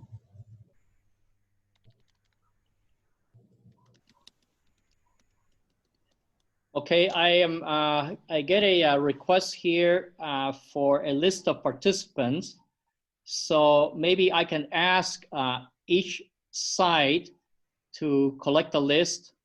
I'm not sure whether I could get, anybody knows how to get a list of participants from Zoom? I'm not sure whether I could do that. And Lisa, if you help me on the Panama side to collect a list there, so then we could combine it together and send it to everybody. Yes. And I will also send this PPT presentation along with a video of a video recording of this presentation for those of you who came in late or missed any portions of it. Does Berta want email addresses? Yeah, if you can provide us with your contact information, whoever was participating can send their names, their address, country where they are, email or WhatsApp.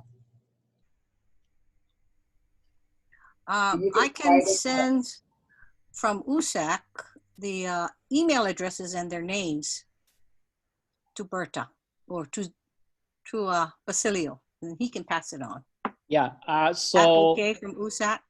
Until WeChat keeps working, I will try to join some of you folks that are using WeChat here into a group as well. Berta has a very extensive list of her family descendants from her grandfather, great-grandfather? Great-grandfather.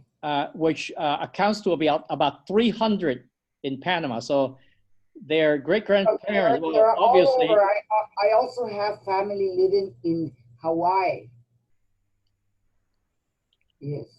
So we would hopefully one of these days like to be able to connect everybody and via Zoom.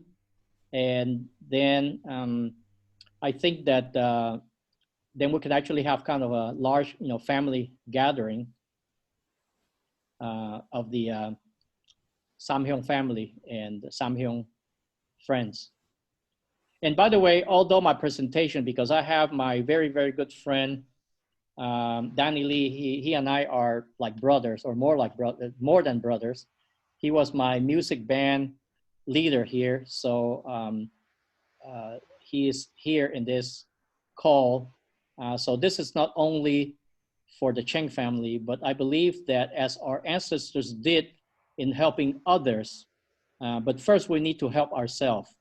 And through helping ourselves, then we can actually help the other people. So we want to be inclusive.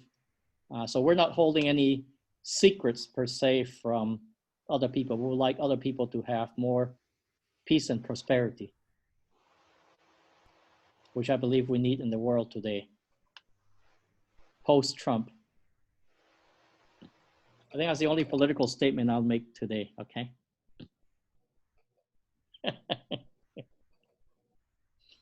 Okay, any other question? Let's see, I have two more.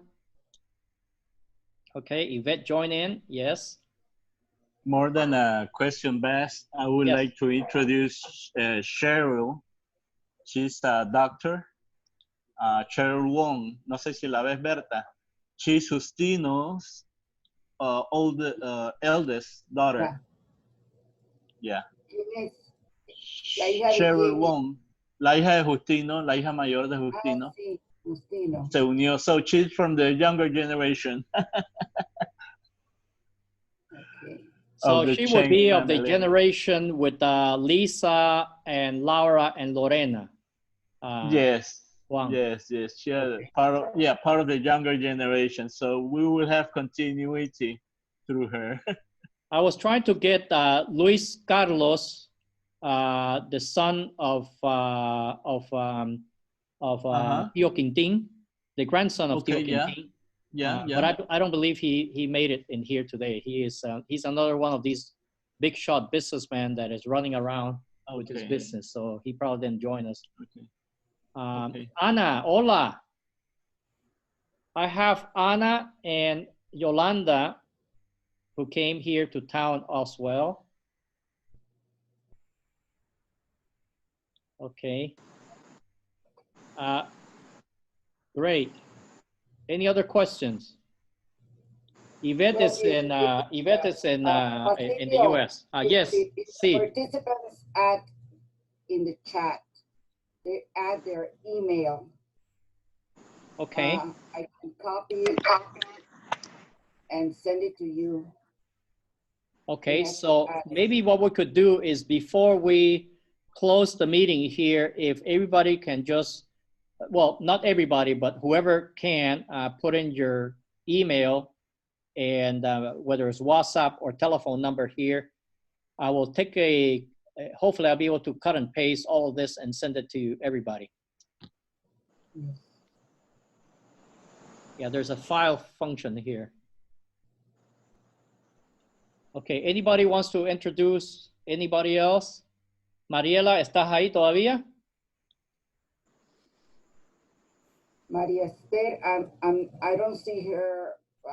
She doesn't have the video. I have Eva here. I finally see Eva. Eva, hola.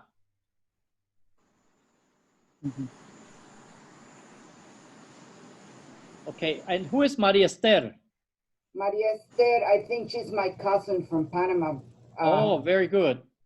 Yes, she's my first cousin. I invited her, but I can see her. Yes. And she has her microphone mic off. Okay. Jamie Hola, has the name very. Basilio, Hola, gracias. Mariela. Yes. Gracias por la presentación. That was a very, very excellent presentation. I really enjoyed. Thank you very much. You're very welcome, and I just hope to make it better. But everybody feel, that is your presentation. So that's why I want to send all the material to everybody, and I'm keep on doing research. There are some very interesting videos on YouTube that you may be able to watch. That is very educational. And again, the whole purpose is to be able to re-educate us. I feel that since the 1800s, our ancestors left town and a lot of the culture was left behind, and many of them try to preserve it. And we're very lucky, to have everybody here today. And the idea is to hopefully, from this point on, just to spread more. So one of my job is to, when I find something, I'll share it with you folks. If you folks find something, I'll send it over. Clayton's particularly has been doing a lot of research on his spare time and sending me some information as well. And Lisa and I are working on some more serious book writing along with Berta. Hopefully I'll be able to publish a book on another prominent person who was responsible. And this book is very important for China because it's the book that propelled Mao Zedong to come and help China, and it's also the book that helped Sun Yat-sen come and help China. And it's a very well-known book in China, but has not been translated in English yet. So hopefully I'll be able to finish this translation. It's been translated, and hopefully, if anybody want to help out, please come and help. But the idea is to be able to have this book, Zheng book, sent to everybody. I'll be very happy to send everybody a copy of the electronic version. But it also teaches a lot about not only culture, but Chen Guanyin, which is a name of our family member, and the one who wrote this book that influenced everybody from Sun Yat-sen all the way to Mao Zedong, was also very, very concerned about the overall culture, but he wrote it in a much more broader basis because he was much more concerned about China in general. So he was the first real entrepreneur in the history of modern China. And so he put all of his thinking in a book, and he was the first one who tried to help out along with a group of people in the 1800s to try to modernize China. So a lot of that is written in this book that I have translated, about 38 of his 120 chapters. It's a very, very big book, right? It's about 300 pages long. And so hopefully with a little bit more help, and if Lisa and I can get some extra hours in a day, we will be able to publish it before the end of the year, or at least have it in a form that could be published by the end of the year. Okay, anything else? Any questions that I can answer? Yolanda, Danny. Hi, ¿Me hi, oyes? hi, I'm here. I just wanted to say Yolanda, hello ¿no? to you. It was a fine presentation, and salute all of your family, some of the familiar faces that I see in the screen. But sorry, I couldn't make it earlier, but I heard most of the presentation had some problems with the internet. So once in a while, the signal will fall down, or I wouldn't be able to listen to everything. But with your posterior video, or I'll be able to catch up on it. Okay. Yes, that will be made available to everybody. Yolanda, please say hello to your mother. A la tía. Yes, okay. Okay. Okay. Love to see you, all you guys. Yes. Everybody take good care, and take good care from COVID.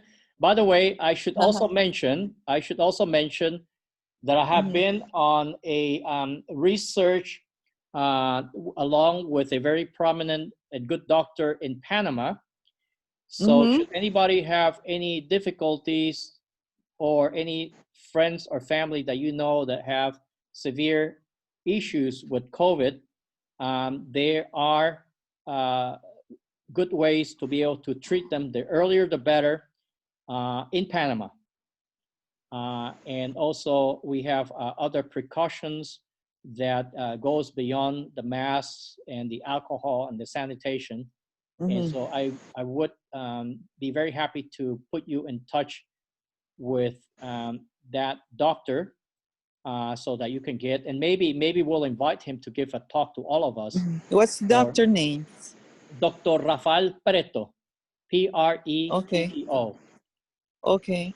Okay, te mando la información, especially for the elderly. We have to make very, very clear and very sure that people like your mother, everybody in their 80s or so forth, that they take every precautionary measure as possible. But if you know of anybody who contracts COVID, God forbid, do give Dr. Preto a call. I know that maybe other prominent doctors in Panama doing it, but he's one that I have known for ages, and he's been feeding me his research for even before COVID for a long time, and I can definitely entrust family members to him. So maybe we'll invite him. We may do a COVID presentation by him in the future, or maybe overall health presentation. He is a very unique doctor. He's a very unique doctor because not only he cares for the patients, he wants to make sure that also the economics of health is also taken into account. So it's not only about the large pharmaceutical pills that we can provide to the pharmaceuticals, but he has a very holistic manner to be able to take care of everybody's health. Okay, Connie? Sorry, I have a question. Yes, Maria Esther? Yeah, I'm Maria Esther, Berta's cousin. Great. I have a question. Dr. Rafael, phone number, or how would we contact him in case? Okay, I think that Berta has Dr. Preto's name and phone number. Okay, thank you. Yes. Okay, very good. Connie, you have any final words of wisdom? No. Jennifer?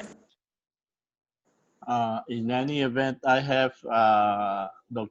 Rafael's phone number. We met last time you came at Eva's house. I don't know if you remember. He came with his kids, and we met there.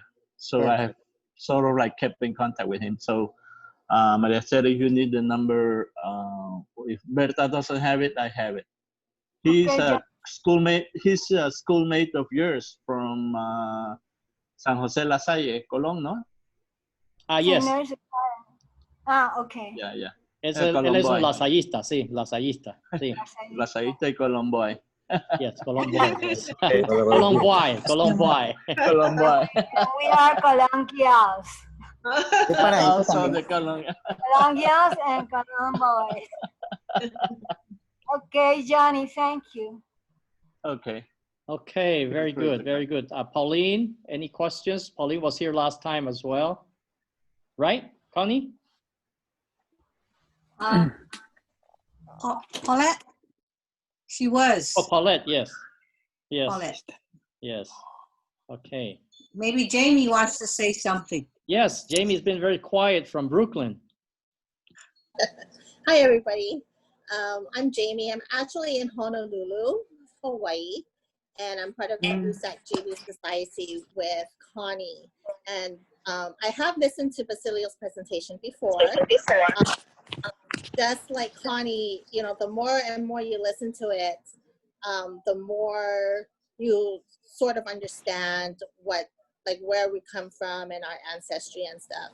And Basilio has also mentioned a lot about my father, Clayton, who has been doing research on the genealogy also. And he's been sharing some stuff with Basilio. So listening to my dad, listening to Basilio all the time, you know, I've actually learned a lot about our ancestry. So I feel that this is really important for me and also for future generations that can be shared and passed down.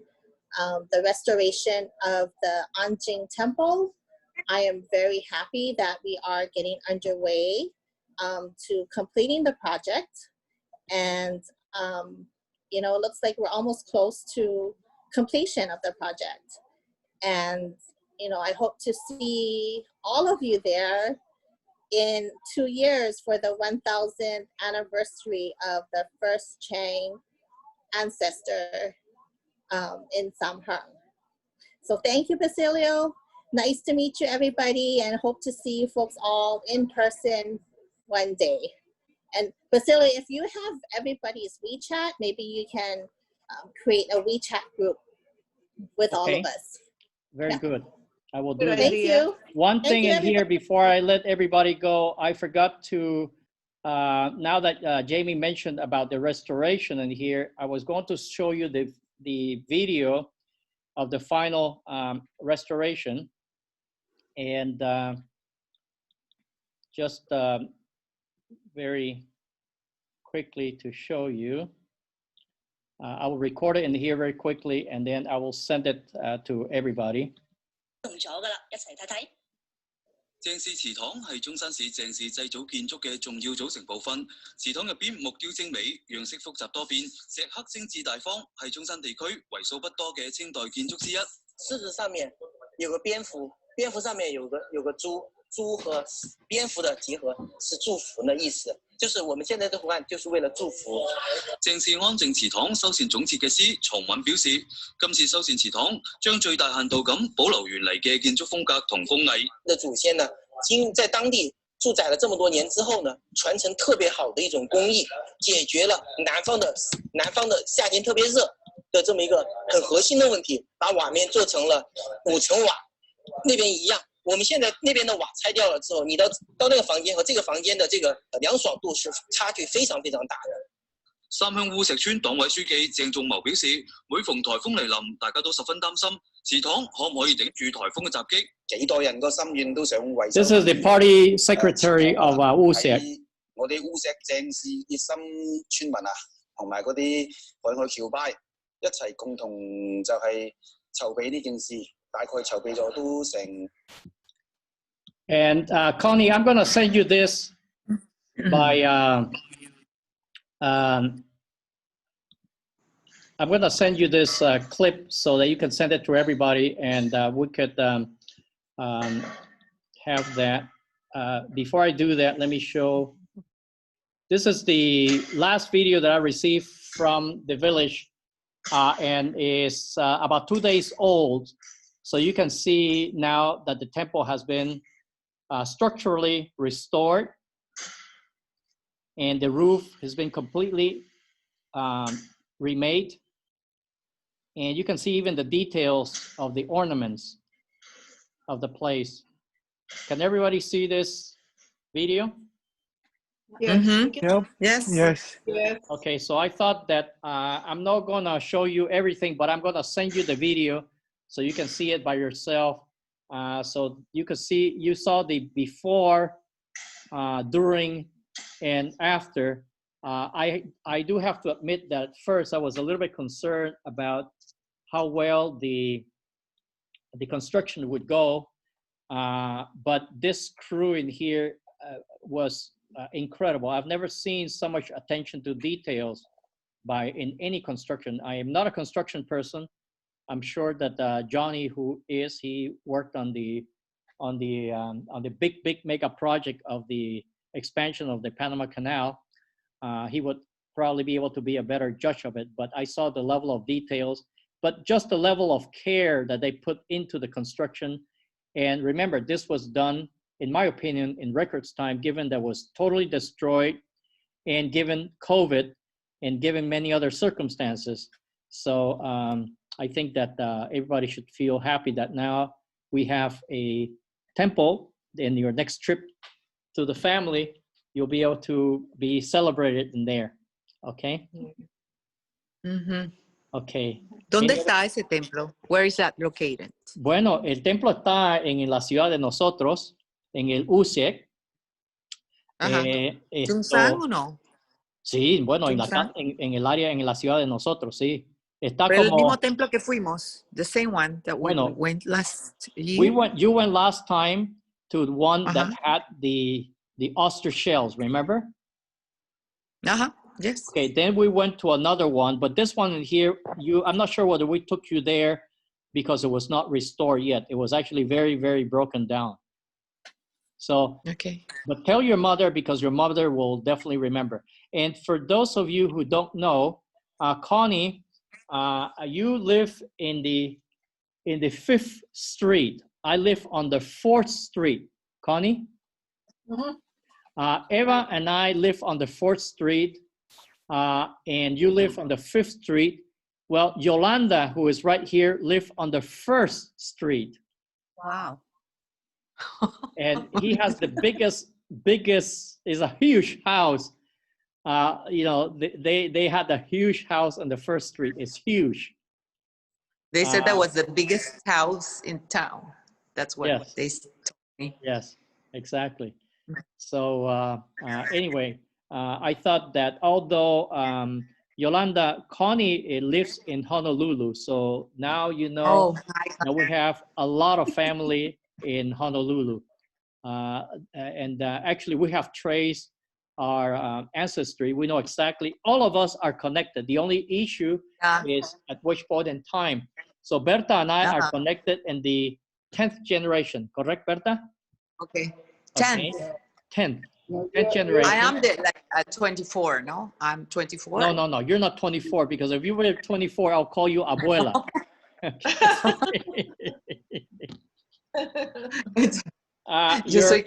Your father was one generation with me, but your mother was one generation higher than me. So I'll call your mother auntie, and I will call your father cousin. Okay. So by protocol, since your mother has a high generation, I would call her auntie, so I would call you cousin. Yes. So that's Do you know I did my DNA 23andMe? I'm running out of battery. If I disappears because I'm out. I did my DNA and it shows a lot of my relatives in Hawaii. Well, relatives in Hawaii and in Taiwan. Okay, well, you didn't hear the portion of Taiwan, but you'll see it in the recording. That's definitely the case. That's definitely the case. Well, very good. I think that, Connie, now you have families in Panama, so. Yeah, you should come and visit us. Jennifer, right? Everybody in Hawaii, you have family in Panama. You've seen them here. Yes, I even have family in Costa Rica. Oh, also in Costa Rica. Lima. Welcome to Panama. When you come to Panama, mi casa es tu casa. I have all over. So very good. I hope that we'll share the information. And so if you send in the request as to anything particularly you want to see more, if I collect more information, I'll be able to address it by putting in more information in a subsequent presentation. It does not have to be this same presentation. It could be, other specific presentations. So just let me know, and we will, share the information with everybody. But I hope that we can connect your family from Costa Rica, Jennifer. If you can find them, or any other place, just send the information. Next time, maybe we'll go beyond Panama and Honolulu and the U.S. That's why I need more jukpus to connect the links. I'm trying to get her family line. I need because I'm doing from generation 1 to 31 of jukpu, from the origination of Usak to current. So I have 1 to 31, but not all the links. Okay. Berta may be able to help you. Berta has from number 1. I mean, number one from the Yellow Emperor. Oh. No, remember, you all still owe me that. I have from the Duke of Zheng, which is, I'm 91. So I have the names of all my 90 ancestors. That's a heavy weight. Okay. Yeah. Definitely, I need your book. And I have here my niece Laura from Argentina. Maybe knowing what you know now, Laura, you may be able to find other family members in Buenos Aires, Argentina. Oh. Okay, very good. But I know Costa Rica definitely. Okay. Now, okay, very good. Do you still want more pictures of other places in Samhyang? Well, yeah. In fact, anybody who has old pictures, that means black and white pictures, probably from the old days. The older, the better. we're trying to actually have a collection of old pictures. Okay, okay. Yes. 'Cause Berta Books also has a lot of old pictures from Panama, and that opened up my eyes a lot of the things that I did not know about Panama and the Chinese and how they developed. But some of those pictures in her book and here are outstanding. So, you know, anybody who can actually have these old, you know, black and white pictures, you know, those are very valuable. So scan them and we'll find, you know, something to put it in. Okay, I'll to the iCloud, right? You still use the iCloud?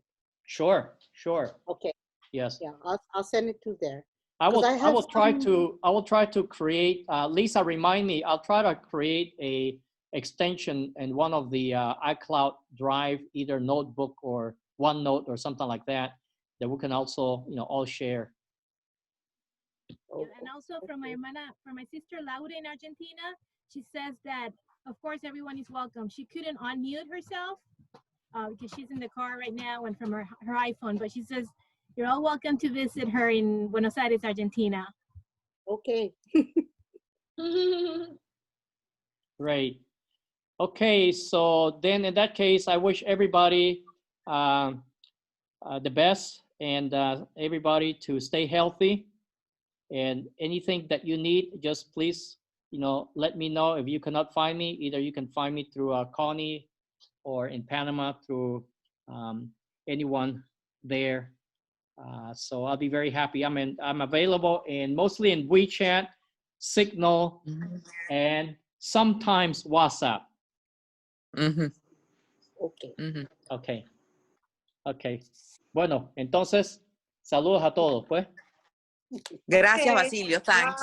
Thanks, Basilio. Bye, bye, Tiempo and everybody. your Bye, Connie. and investigation. Thank Bye, you. Mariela. Bye, Eva. Thank you. Thank you, Bye, Basilio. Berta. Okay, Bye, bye. Berta. Bye. Ciao. Ciao. Bye, Tio. Thank you. Bye-bye. Bye.